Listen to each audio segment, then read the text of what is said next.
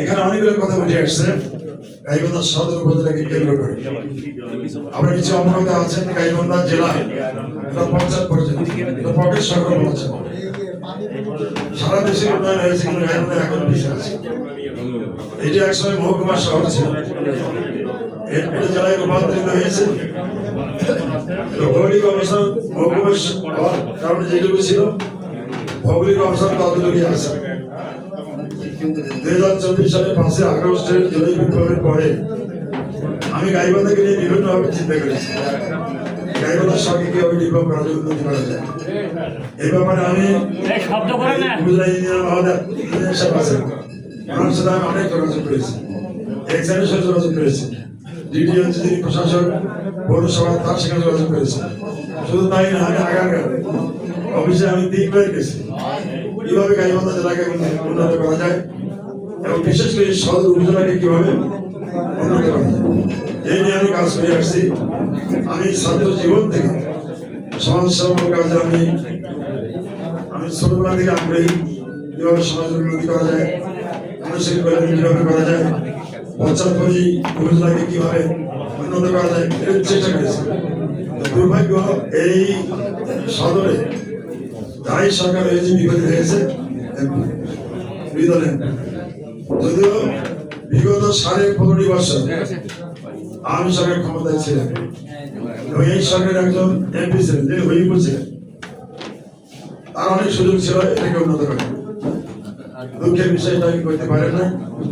আমি যখন উপজেলার চেয়ারম্যান হলাম আমি আমার কাছে গিয়েছিলাম, বলছে আপা আমি আমি নির্বাচিত সংসদ সদস্য, আপনার সরকার ক্ষমতা আছে, আপনার অনেক কিছু কর্মী আছে।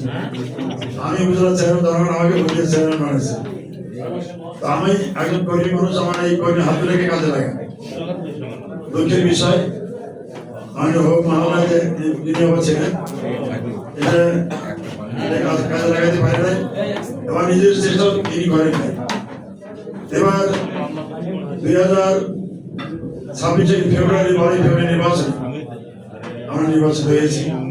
আমরা 4 জন এমপি জামাতের পক্ষ থেকে নির্বাচিত হয়েছে, একজন অবভোটে হেরে গেছে আর কি, কারণ আমাদের এই 4 জন এমপি নিয়ে আমরা চিন্তা করছি বিভিন্ন পর্যায়ে বিভিন্ন সেক্টরে এখন থেকে আমার দলীয় কাজ শুরু হয়েছে। আজকে আমি মাস্টার প্ল্যান করার জন্য সাবেক যে পৌর প্রশাসক ছিল এজাজুল ইসলাম ওনার কাছে গিয়েছিলাম, আমার একটা মাস্টার প্ল্যান তৈরি করে দেন কিভাবে গাইবান্ধা শহরকে সুন্দর সাধারণ গোছানোর শহর বানানো যায়। এভাবে চিন্তা ভাবনা আমার আছে। আমি আমার পুরার সময়টা আমি কাজে লাগাবার চেষ্টা করব। এখানে প্রথম যে সমস্যা সেটা হলো যে শিক্ষা হলো জাতির মেরুদণ্ড। শিক্ষা এই শিক্ষাকে একবারে অনেকটা ধ্বংস হয়ে গেছে। ছেলেমেয়েরা পড়াশোনা করে পড়াশোনা না করে এখন যে অ্যান্ড্রয়েড ফোন ব্যবহার করে, এতে করে অনেক ছেলে মেয়ে ছড়িয়ে পড়ে। আমি প্রথম দাবি করবো গাইবান্ধা সদর উপজেলার শিক্ষার মানটাকে উন্নত করতে হবে, যাতে ছেলেমেয়েরা পড়াশোনা করে মেধাবী তৈরি যেতে পারে। মেধা ছাড়া দেশ এবং জাতির উন্নতি করা সম্ভব। এটা প্রথম গুরুত্ব হলো এখানে শিক্ষার বিষয়টা, এখানে যারা আছে ওই ডিভিশন আছে নাকি, আমি আপনাদের দৃষ্টি রাখবো প্রাথমিক শিক্ষা এটাকে উন্নত করার চেষ্টা করতে হবে। এরপরে মাধ্যমিক উচ্চ মাধ্যমিক যে প্রতিষ্ঠানগুলো আছে রেগুলার যাতে নিয়মিত পড়াশোনা হয়, শিক্ষা যাতে ক্লাস করে, শিক্ষা উন্নত হয় এবং আপনার যেমন আমাদের এখানে আছেন আমি সহ আমরা এতে করার চেষ্টা করছি। 2 নম্বর কথা বলতে চাই, এখানে জনমানুষের জীবন উন্নতির জন্য এখানে বিভিন্ন ট্রেনিং প্রশিক্ষণ ব্যবস্থা হয়ে থাকে।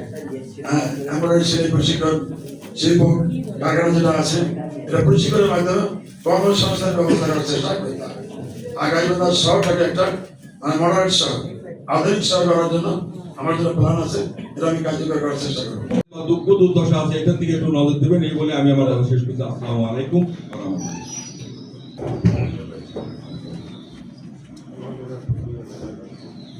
বিসমিল্লাহির রহমানির রহিম। সম্মানিত সভাপতি সহ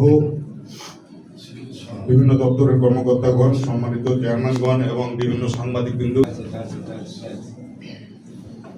আমাদের আজকের মাননীয় প্রধান অতিথি তাকে জাতীয় সংসদ সদস্য হিসাবে কবুল করেছেন। আমি মনে করি গাইবান্ধা সদরের 13টি ইউনিয়নে সকল কার্যক্রম ওনার নখদর্পণে।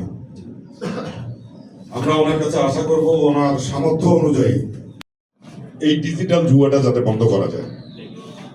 আরেকটি বিষয় হচ্ছে, আমরা কিন্তু গত 1.5 বছরে দেখেছি বিভিন্ন শিক্ষা প্রতিষ্ঠান প্রধানগণ আমাদের চেয়ারম্যানদের ওনারা পরীক্ষা বন্ধ করেছিলেন। আমরা উপজেলা নির্বাহী অফিসার মহোদয়ের নেতৃত্বে আমাদের ইউনিয়ন পরীক্ষা কিন্তু 24টি, আমার ইউনিয়নের 23টি স্কুলে আমি পরীক্ষা পরিচালনা করেছি এবং আমাদের অনেক কষ্ট হয়েছে সেই সময়।